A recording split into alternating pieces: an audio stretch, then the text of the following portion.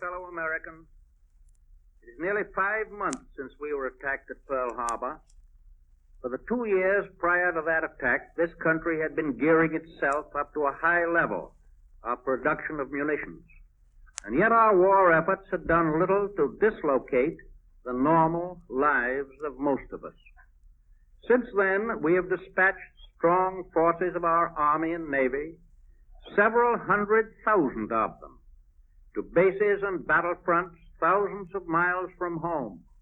We have stepped up our war production on a scale that is testing our industrial power, our engineering genius, and our economic structure to the utmost. We have had no illusions about the fact that this is a tough job and a long one. American warships are now in combat in the North and South Atlantic, in the Arctic, in the Mediterranean, in the Indian Ocean, and in the North and South Pacific. American troops have taken stations in South America, Greenland, Iceland, the British Isles, the Near East, the Middle East, and the Far East, the continent of Australia, and many islands of the Pacific. American war planes manned by Americans are flying in actual combat over all the continents and all the oceans.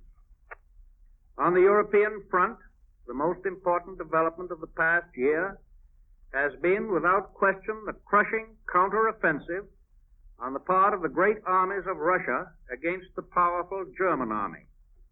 These Russian forces have destroyed and are destroying more armed power of our enemies, troops, planes, tanks, and guns, than all the other United Nations put together.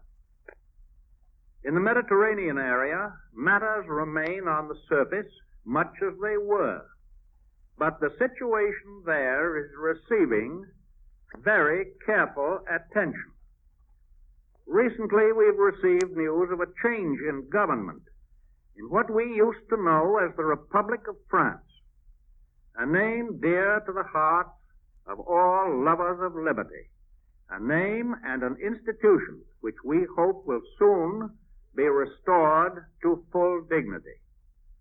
Throughout the Nazi occupation of France, we have hoped for the maintenance of a French government which would strive to regain independence, to reestablish the principles of liberty, equality, and fraternity, and to restore the historic culture of France.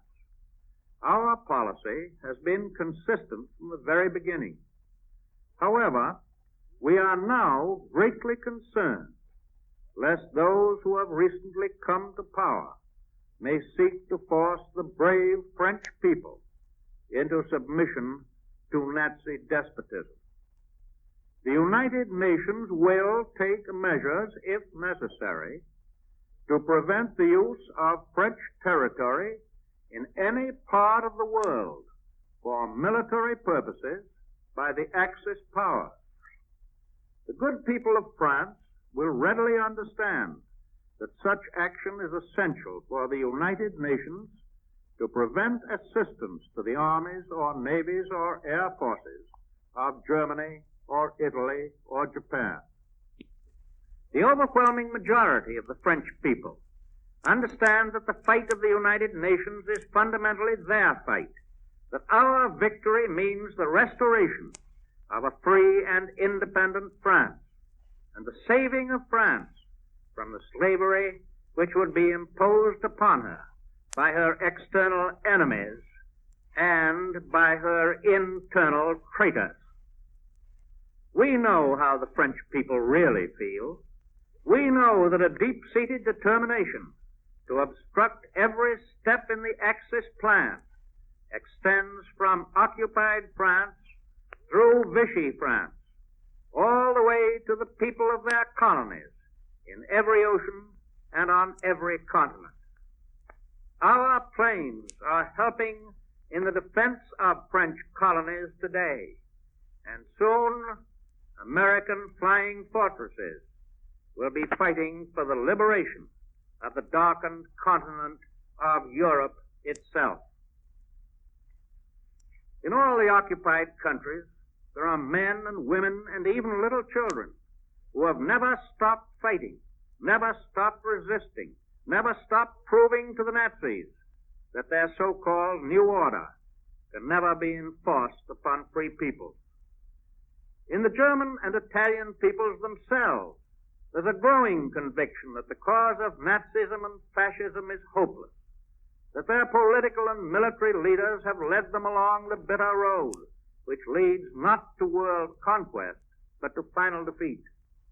They cannot fail to contrast the present frantic speeches of these leaders with their arrogant boastings of a year ago and 2 years ago. And on the other side of the world in the Far East, we have passed through a phase of serious losses.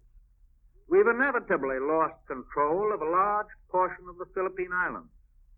But this whole nation pays tribute to the Filipino and American officers and men who held out so long on Bataan Peninsula, to those grim and gallant fighters who still hold Corregidor where the flag flies, and to the forces that are still striking effectively at the enemy on Mindanao and other islands. The Malayan Peninsula and Singapore are in the hands of the enemy. The Netherlands, East Indies are almost entirely occupied, though resistance there continues. Many other islands are in the possession of the Japanese. But there is good reason to believe that their southward advance has been checked. Australia, New Zealand, and much other territory will be bases for offensive action, and we are determined that the territory that has been lost will be regained. The Japanese are pressing their northward advance against Burma with considerable power, driving toward India and China. They have been opposed with great bravery by small British and Chinese forces aided by American flyers. The news in Burma tonight is not good. The Japanese may cut the Burma road. But I want to say to the gallant people of China that no matter what advances the Japanese may make, ways will be found to deliver airplanes and munitions of war to the armies of Generalissimo Chiang Kai-shek. We remember that the Chinese people were the first to stand up and fight against the aggressors in this war, and in the future, a still unconquerable China will play its proper role in maintaining peace and prosperity, not only in Eastern Asia, but in the whole world. For every advance that the Japanese have made since they started their frenzied career of conquest, they have had to pay a very heavy toll in warships, in transport, in planes, and in men. They are feeling the effects of those losses. It is even reported from Japan that somebody has dropped bombs on Tokyo and on other principal centers of Japanese war industry. If this be true, it is the first time in history that Japan has suffered such indignities. Although the treacherous attack on Pearl Harbor was the immediate cause of our entry into the war, that event found the American people spiritually prepared for war on a worldwide scale. We went into this war fighting. We know what we're fighting for.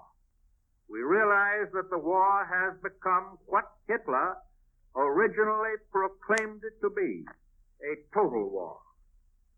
Not all of us can have the privilege of fighting our enemies in distant parts of the world. Not all of us can have the privilege of working in a munitions factory or a shipyard, or on the farm, or in oil fields or mines, producing the weapons or the raw materials that are needed by our armed forces. But there is one front and one battle where everyone in the United States, every man, woman, and child, is in action, and will be privileged to remain in action throughout this war. That front is right here at home, in our daily lives, in our daily tasks. Here at home, everyone will have the privilege of making whatever self-denial is necessary, not only to supply our fighting men, but to keep the economic structure of our country fortified and secure during the war and after the war. This will require, of course, the abandonment not only of luxuries, but of many other creature comforts. Every loyal American is aware of his individual responsibility.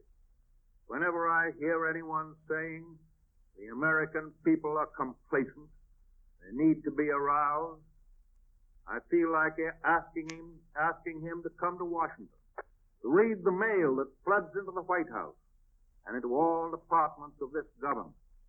The one question that recurs through all these thousands of letters and messages is, what more can I do to help my country in winning this war?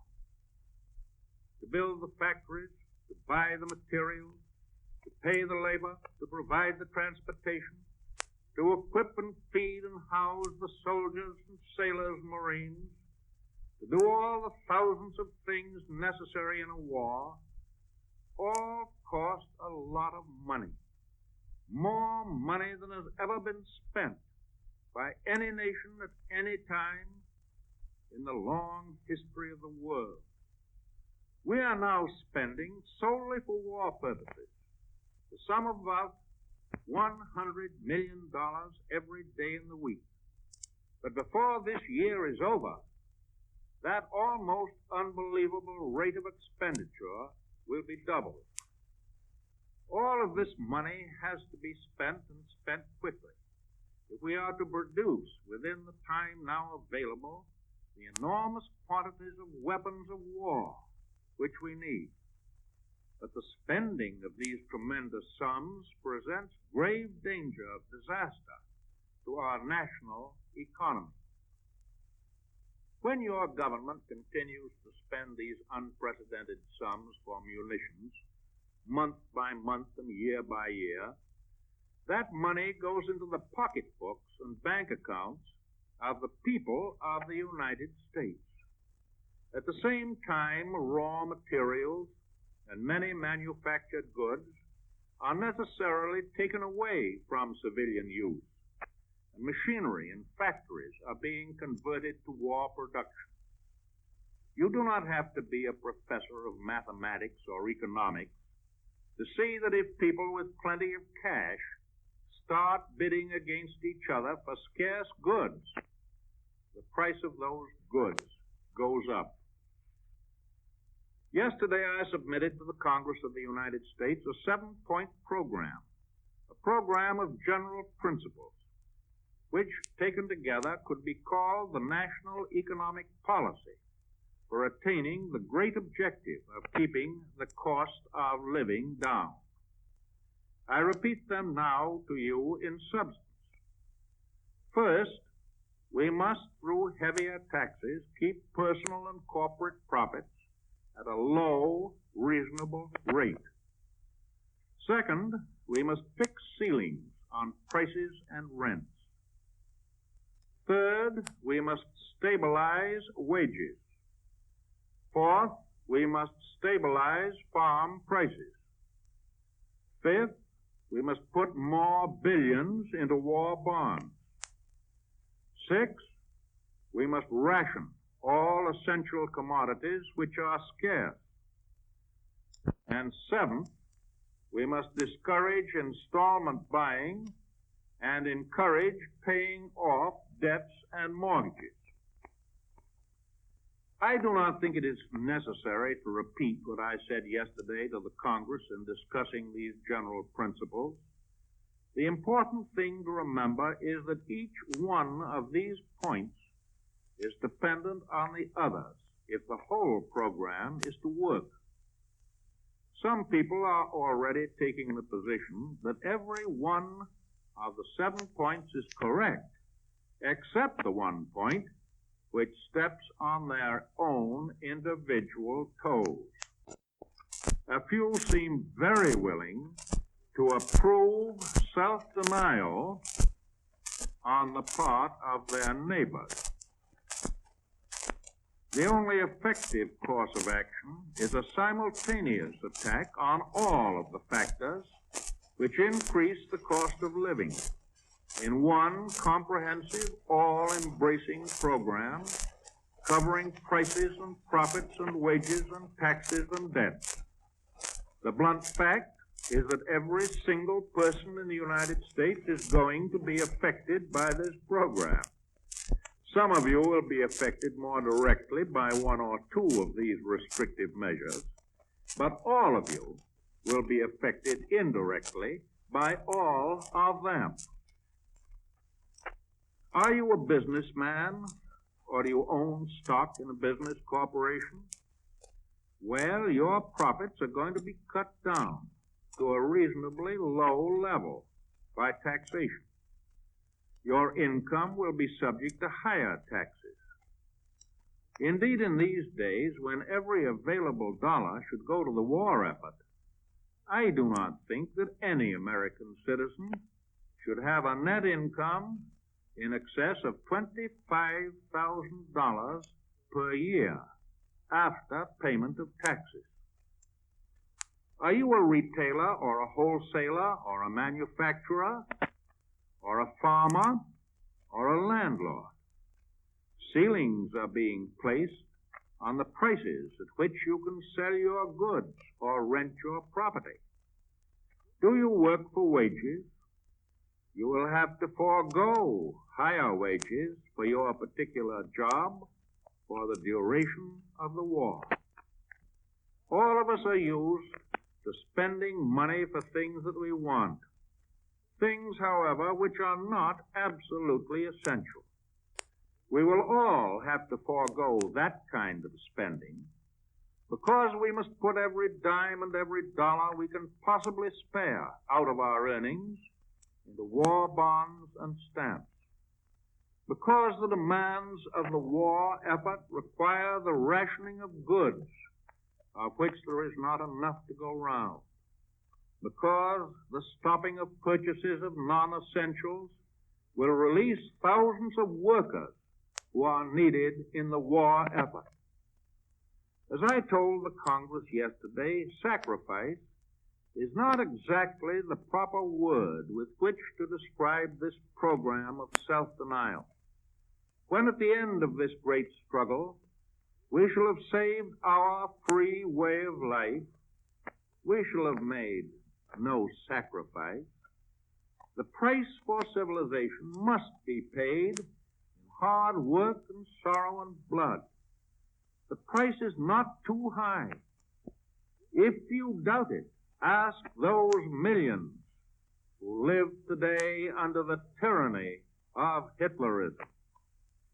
Ask the workers of France and Norway and the Netherlands, whipped to labor by the lash, whether the stabilization of wages is too great a sacrifice. Ask the farmers of Poland and Denmark and Czechoslovakia and France, looted of their livestock, starving while their own crops are stolen from their land.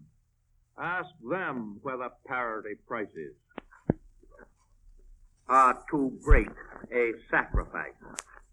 Ask the businessmen of Europe, whose enterprises have been stolen from their owners, whether the limitation of profits and personal income is too great a sacrifice. Ask the women and children whom Hitler is starving, whether the rationing of tires and gasoline and sugar is too great a sacrifice. We do not have to ask them. They have already given us their agonized answer. This great war effort must be carried through to its victorious conclusion by the indomitable will and determination of the people as one great whole. It must not be impeded by the faint of heart. It must not be impeded by those who put their own selfish interests above the interests of the nation. It must not be impeded by those who pervert honest criticism into falsification of fact. It must not be impeded by self-styled experts, either in economics or military problems, who know neither true figures nor geography itself. It must not be impeded by a few bogus patriots who use the sacred freedom of the press to echo the sentiments of the propagandists in Tokyo and Berlin.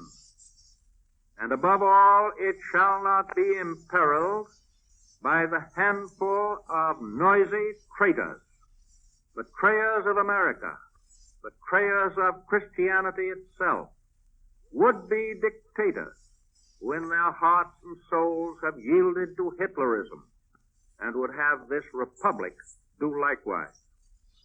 I shall use all of the executive power that I have to carry out the policy laid down. If it becomes necessary to ask for any additional legislation in order to attain our objective of preventing a spiral in the cost of living, I shall do so. I know the American farmer, the American workman, and the American businessman. I know that they will gladly embrace this economy and equality of sacrifice, satisfied that it is necessary for the most vital and compelling motive in all their lives, winning through to victory. Never in the memory of man has there been a war in which the courage, the endurance, and the loyalty of civilians played so vital a part. Many thousands of civilians all over the world have been and are being killed or maimed by enemy action. Indeed, it was the fortitude of the common people of Britain under fire which enabled that island to stand and prevented Hitler from winning the war in 1940. The ruins of London and Coventry and other cities are today the proudest monuments to British heroism. Our own American civilian population is now relatively safe from such disasters, and to an ever-increasing extent our soldiers, sailors, and Marines are fighting with great bravery and great skill on far distant fronts to make sure that we shall remain safe. I should like to tell you one or two stories about the men we have in our armed forces. There is, for example, Dr. Corridon M. Wassell. He was a missionary, well known for his good works in China. He is a simple, modest, retiring man, nearly 60 years old, but he entered the service of his country and was commissioned a lieutenant commander in the Navy. Dr. Wassell was assigned to duty in Java, caring for wounded officers and men of the cruisers Houston and Marblehead, which had been in heavy action in the Java Seas. When the Japanese advanced across the island, it was decided to evacuate as many as possible of the wounded to Australia. But about 12 of the men were so badly wounded that they couldn't be moved. Dr. Wassell remained with them, knowing that he would be captured by the enemy. But he decided to make a last desperate attempt to get the men out of Java. He asked each of them if he wished to take the chance, and every one agreed. He first had to get the 12 men to the seacoast, 50 miles away. To do this, he had to improvise stretchers for the hazardous journey. The men were suffering severely, but Dr. Wassell kept them alive by his skill, inspired them by his own courage.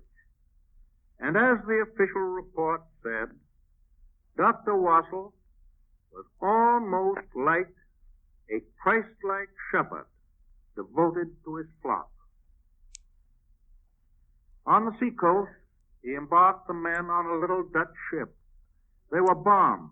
They were machine gunned by waves of Japanese planes.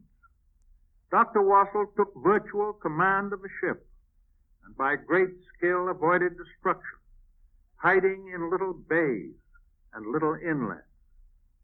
A few days later, Dr. Wassell and his small flock of wounded men reached Australia safely. And today, Dr. Wassell wears the Navy Cross. Another story concerns a ship rather than an individual man. You may remember the tragic sinking of the submarine, the United States ship Squalus, off the New England coast in the summer of 1939. Some of the crew were lost, but others were saved by the speed and the efficiency of the surface rescue crews. The Squalus itself was tediously raised from the bottom of the sea. She was repaired, put back into commission, and eventually she sailed again under a new name, the United States ship Sailfish. Today, she is a potent and effective unit of our submarine fleet in the Southwest Pacific. The Sailfish has covered many thousands of miles in operations in those far waters. She has sunk a Japanese destroyer. She has torpedoed a Japanese cruiser. She has made torpedo hits, 2 of them, on a Japanese aircraft carrier. 3 of the enlisted men of our Navy who went down with the Squalus in 1939 and were rescued are today serving on the same ship, the United States ship Sailfish, in this war. It seems to me that it's heartening to know that the Squalus, once given up as lost, rose from the depths to fight for our country in time of peril. One more story that I heard only this morning. This is a story of one of our Army flying fortresses operating in the Western Pacific. The pilot of this plane is a modest young man, proud of his crew, for one of the toughest fights a bomber has yet experienced. The bomber departed from its base as part of a flight of 5 bombers to attack Japanese transports that were landing troops against us in the Philippines. When they had gone about halfway to their destination, one of the motors of this bomber went out of commission.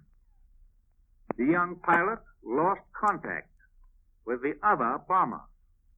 The crew, however, got the motor working, got it going again, and the plane proceeded on its mission alone. By the time it arrived at its target, the other 4 flying fortresses had already passed over, had dropped their bombs, and had stirred up the hornet's nest of Japanese Zero planes. 18 Zero fighters attacked our 1 flying fortress. Despite this mass attack, our plane proceeded on its mission and dropped all of its bombs on 6 Japanese transports, which were lined up along the docks. As it turned back on its homeward journey, a running fight between the bomber and the 18 Japanese pursuit planes continued for 75 miles. 4 pursuit planes of the Japs attacked simultaneously at each side. 4 were shot down with the side guns. During this fight, the bomber's radio operator was killed, the engineer's right hand was shot off, and 1 gunner was crippled, leaving only 1 man available to operate both side guns. Although wounded in 1 hand, this gunner alternately manned both side guns, bringing down 3 more Japanese Zero planes. While this was going on, 1 engine on the American bomber was shot out. 1 gas tank was hit. The radio was shot off, and the oxygen system was entirely destroyed. Out of 11 control cables, all but 4 were shot away. The rear landing wheel was blown off entirely, and the 2 front wheels were both shot flat. The fight continued until the remaining Japanese pursuit ships exhausted their ammunition and turned back. With 2 engines gone and the plane practically out of control, the American bomber returned to its base after dark and made an emergency landing. The mission had been accomplished. The name of that pilot is Captain Hewitt T. Whalus of the United States Army. He comes from a place called Menard, Texas, with a population of 2,375. He has been awarded the Distinguished Service Cross, and I hope that he's listening. These stories I have told you are not exceptional. They're typical examples of individual heroism and skill.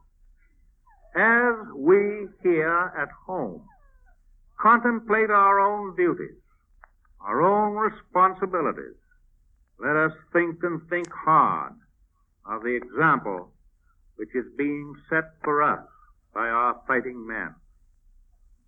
Our soldiers and sailors are members of well-disciplined units, but they're still and forever individuals, free individuals. They're farmers and workers, businessmen, professional men, artists, clerks.